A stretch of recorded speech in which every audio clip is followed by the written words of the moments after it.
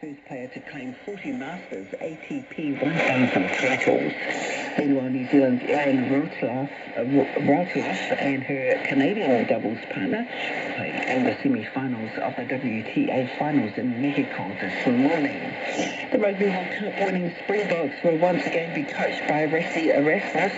Erasmus replaces Jacques Nenumba, who guided South Africa to World Cup triumphs over the All Blacks this year. Will be taking a new role at Irish side Leinster. And India thumped South Africa by 243 runs in a contest featuring the top two teams at the Cricket World Cup last night. That's your latest RNZ Pacific News. For more on our stories, go to rnzi.com.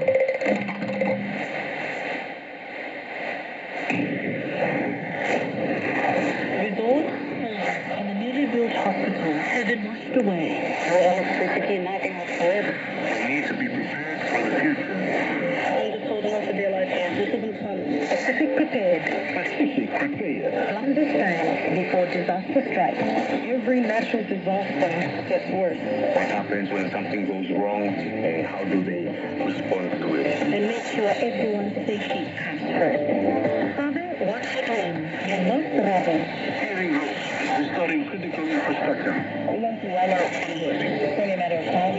Helping your community. Helping your family. Helping you. Pacific prepared. Pacific prepared.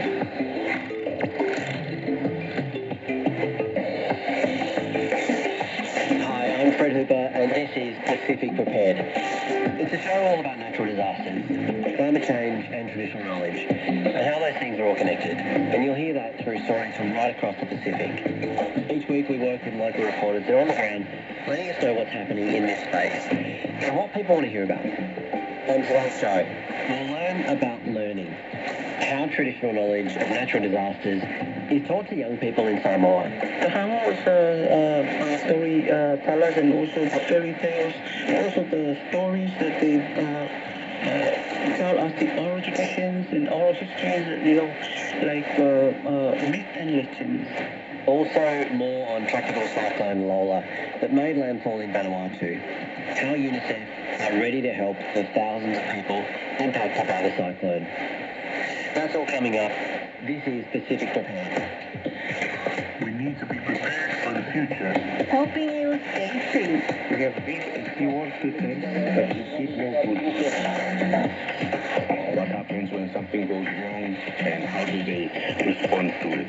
Understand before disaster strikes. Every natural disaster gets worse. Pacific prepared. Pacific prepared.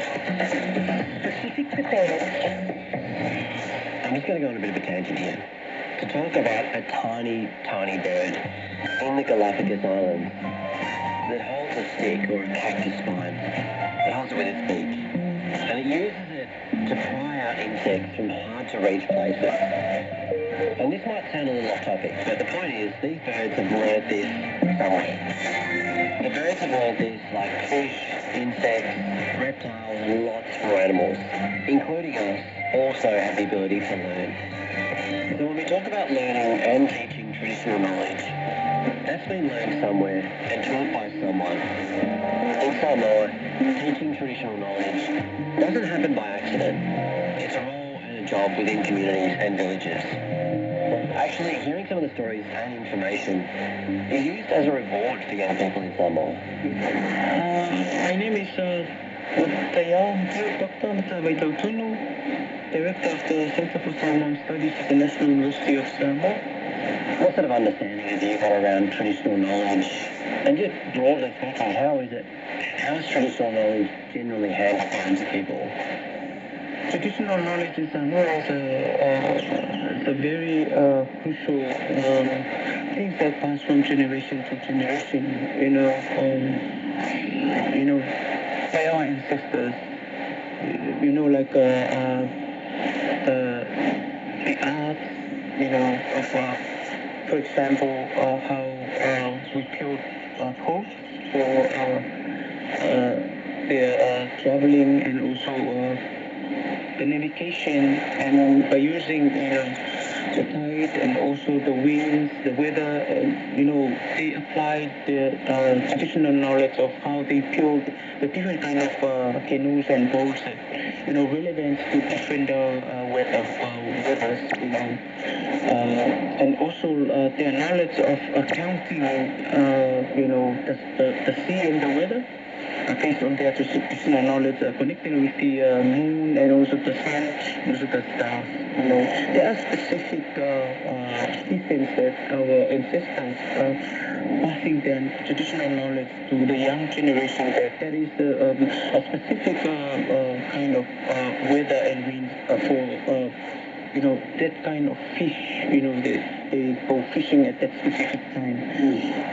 They also use the traditional knowledge to navigate and, depend on the type of seasons. Like, for example, when we came across the season, especially this season when we are waiting for the parolo, so we had a knowledge from our ancestors of counting the seven nights after full moon. Then they counted the 7 nights. So the 7 nights and the next day, that will be the time to get the palolo. What's the palolo? The palolo is just the kind of worm fish that we fish it twice a year. In October and November. It's come from the corals. I think that's the offspring from the corals every year. So it's people pass their knowledge of saying that in October it is the most of the palolo will get from Savai'i Island. But for November, that is the palolo season specifically for Hawaii.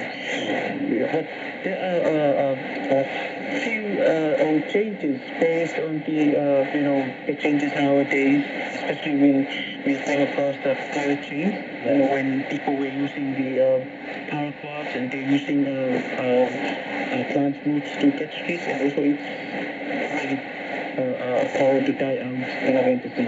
And that's why we got some of the specific days that they always get big palolo every year. We are no longer get it nowadays. In that area of Tomasanga ran from Lauli'i to Lua and to Fulili. So we cannot catch the palolo from this Tomasanga village. Tomasanga districts, and some of the villages in Samoa, because remember the climate change.